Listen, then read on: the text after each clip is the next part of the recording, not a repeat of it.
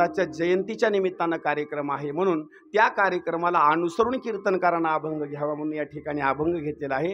गेल्या वर्षी सुद्धा माझं कीर्तन होतं. गेल्या वर्षीचा अभंग होतं कोणता? दत्त दत्त म्हणे वाचे अन काळ पाय वंदी त्याचे. गेल्या वर्षीचा अभंग बरं का. आता तुम्ही लक्षात ठेवत नाही हे आमच्याकरता चांगलं आहे. तुम्ही जर लक्षात ठेवलं का नाही बस आमचा खेळ संपला. हां महाराज, म्हणून या ठिकाणी परत रिपीट तो अभंग असणारा येऊ नये म्हणून या ठिकाणी जो अभंग घेतलेला आहे, या अभंगामध्ये एकनाथ महाराज वर्णन करतात तो म्हणजे पंढरपूरच्या भगवंताचं नाही, भगवान शंकराचं वर्णन नाही, ब्रह्मदेवाचं नाही, कुठल्या साधू संताचं वर्णन करत नाहीत. ते वर्णन करतात म्हणजे दत्तात्रय भगवंताचं. आणि स्तुती करत असताना दोन पदं लावतात. पहिलं एक उदार आणि दुसरं असणारं एक दयाळ. अभंगाचं पहिलं चरण.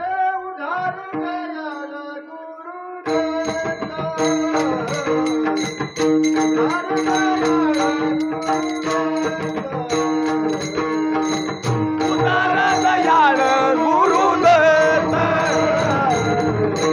उदार दयाळ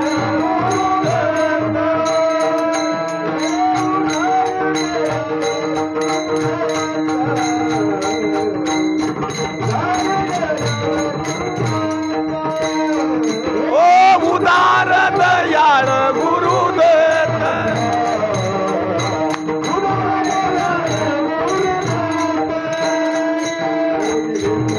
पुरविहेता पुरविहेता भक्तांचे, पुरविहेता पुरविहेता पुरविहेता भक्तांचे, त्याचे चरणी लीन व्हावे,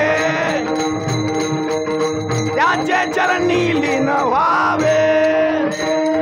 पुरविहेता पुरविहेता पुरविहेता भक्तांचे, पुरविहेता पुरविहेता पुरविहेता भक्तांचे, त्याचे चरणी लीन व्हावे.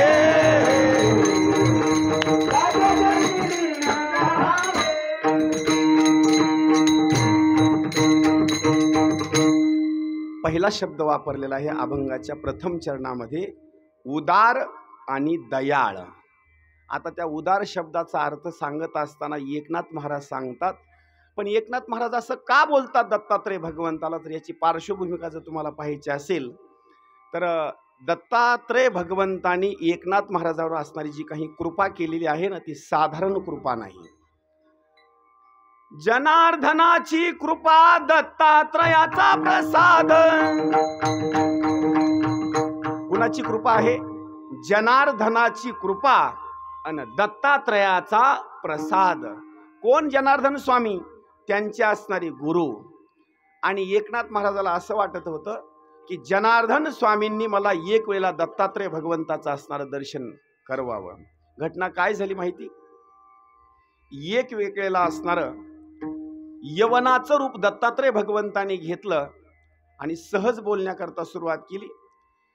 सोन्याच्या ताटामध्ये जनार्दन स्वामीनं आणि त्या असणाऱ्या यवनानं असणारं प्रसाद भोजन खाण्याकरता सुरुवात केली. पाहिलं कुणं? एकनाथ महाराजांनी. मला सांगा, एकनाथ महाराज असणारे ब्राह्मणाचे, आणि त्यांनी ज्यावेळेला हे डोळ्यानं पाहिलं ना, म्हणले आपला गुरु असणारा भ्रष्ट झाला.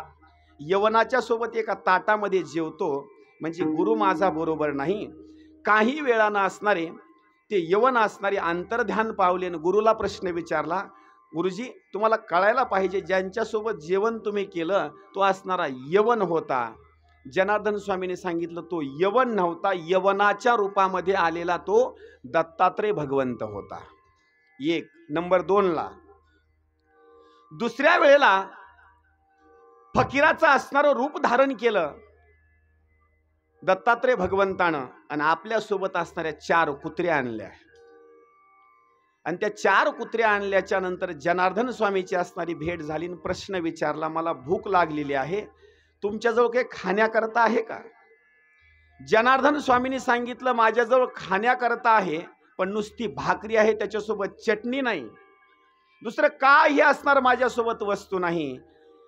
दत्तात्रय भगवंतानं सांगितलं तुमच्याकडं भाकरी आहे पण माझ्याकडे असणारं दूध आहे. ते म्हणले कुठं दूध आहे? अहो या 4 जे कुत्र्या दिसतात ना तुम्हाला, या 4 कुत्र्याचा असणारं मी दूध काढतो आणि तुम्ही त्याच्यामध्ये असणारे भाकरीचे तुकडे टाका, आपण 2 जण खाण्याकरता सुरुवात करू. पाहण्याकरता कोण?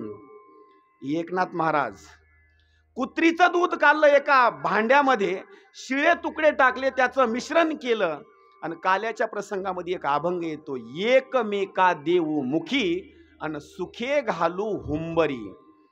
जनार्दन स्वामीनं त्या पातेल्यामध्ये असणारा हात घालायचा, घासवर उचलायचा आणि त्या फकीर रूपी असणाऱ्या दत्तात्रय भगवंताच्या मुखामध्ये घालायचा आणि दत्तात्रय भगवंतानं त्या पातेल्यामध्ये हात घालायचा, घासवर उचलायचा आणि जनार्दन स्वामीच्या मुखामध्ये घालायचा. पाहिलं कुण?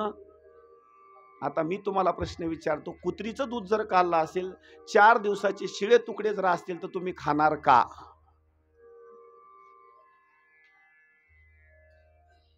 आता आणखी थोडं खाली बोलतो, जर्सी गाईचं दूध आपल्याला खाऊ वाटत ना बरोबर आहे, तर तुम्ही कुत्रीचं दूध कधी खाणार? ज्या वेळेला ही घटना पाहिली त्यावेळेला दत्तात्रय भगवंतानं सांगितलं, प्रत्येक माणसाच्या जीवनामध्ये एकदाच संधी येते, पुन्हा पुन्हा संधी येत नाही. ती जर संधी एकदा माणसानं गमावली तर पुन्हा ती संधी प्राप्त होत नाही. त्याच्याकरता तुकोबारायांनी एक प्रमाण दिलेलं आहे, बरविही वेळ सापडली संधी, बरविही वेळ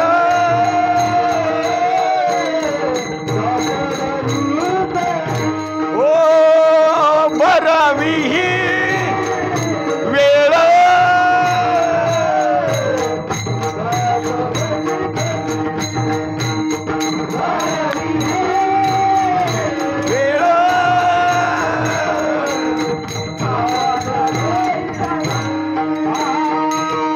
साह्य झाली बुद्धी संचिताची, हो साह्य झाली बुद्धी संचिता, येणे पंथे माझी चालली पाऊले, येणे पंथे माझी चालली पाऊले. साह्य झाली बुद्धी संचिताची, साह्य झाली बुद्धी संचिता, येणे पंथे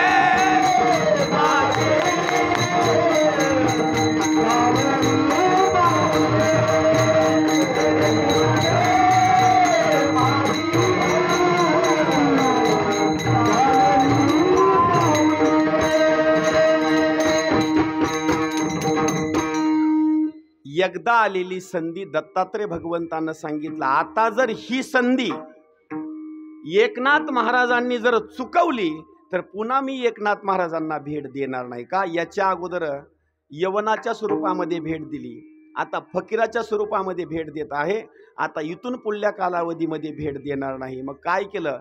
गुरुला असणारी आपल्या शिष्याची कळवळ असते, आई वडिलाला आपल्या लेकराची कळवळ असते, म्हणून काय केलं जनार्दन स्वामीनं? देवा, एक वेळेला माझ्या असणाऱ्या शिष्यावर कृपा करा. दत्तात्रय भगवंताने सांगितलं, काही हरकत नाही, कृपा करतो, 5 मिनिटाकरता थांबतो, तुमच्या शिष्याला बोलवून घ्या आणि माझ्या हातानं प्रसाद मी त्याच्या मुखामध्ये टाकतो, त्याला एकदा खा म्हणावं. एकनाथ महाराज कमीत कमी 200-300 फुटावर लांब होते, वातावरण शांत होतं, हवा बंद होती, हे त्यांनी ऐकलं आणि त्यांनी निर्णय घेतला, आता भागने वालों को शाबासकी. बस का? त्या कुत्रीचा असणारा दुधाचा जो काला केलेला आहे मी खाणार नाही, म्हणून पळण्याकरता सुरुवात केली. गुरु ज्याला म्हणतात, जो शिष्याचा असणारा तळमळीनं उद्धार करण्याचा प्रयत्न करतो, त्याला म्हणतात गुरु. आता गुरुचा उद्भ कळाला बरं का? आता हां, कुणी माळा घालायला ना आपले असणारे शिष्य भरपूर तयार करायले, गुरुलाही मेळ लागणार आणि शिष्यालाही मेळ लागणार. पण ते असणारे जनार्दन स्वामी आपल्या शिष्याचा उद्धार करण्याकरता काय त्यांनी लीला केली? दत्तात्रय भगवंताचे परत पाय पकडले आणि सांगितलं, देवा तुम्ही एक माझ्यावर कृपा करा, मी जर आता त्या माझ्या शिष्याच्या पाठीमागे पळण्याकरता सुरुवात केली तर शिष्य मला सापडणार नाही. एक काम करा, मी त्याच्या पाठीमागून धावण्याकरता सुरुवात करतो, तुम्ही त्याच्या समोरून धावण्याकरता सुरुवात करा. जनार्दन स्वामीची तपश्चर्या होती, देवानं ते वाक्य ऐकलं, देव समोरून आले आणि जनार्दन स्वामी पाठीमागून आले, दोघांनी एकनाथ महाराजांना पकडलं. एकनाथ महाराजांनी रडत रडत सांगितलं, जरी मला पकडलं असलं तर काला खाणार, बोला नाही हो, काला खाणारच नाही. आणि तुम्हाला सुद्धा माहिती आहे, लहान लेकराला जर औषध पाजायचं असलं तर माता माऊलीला माहिती आहे.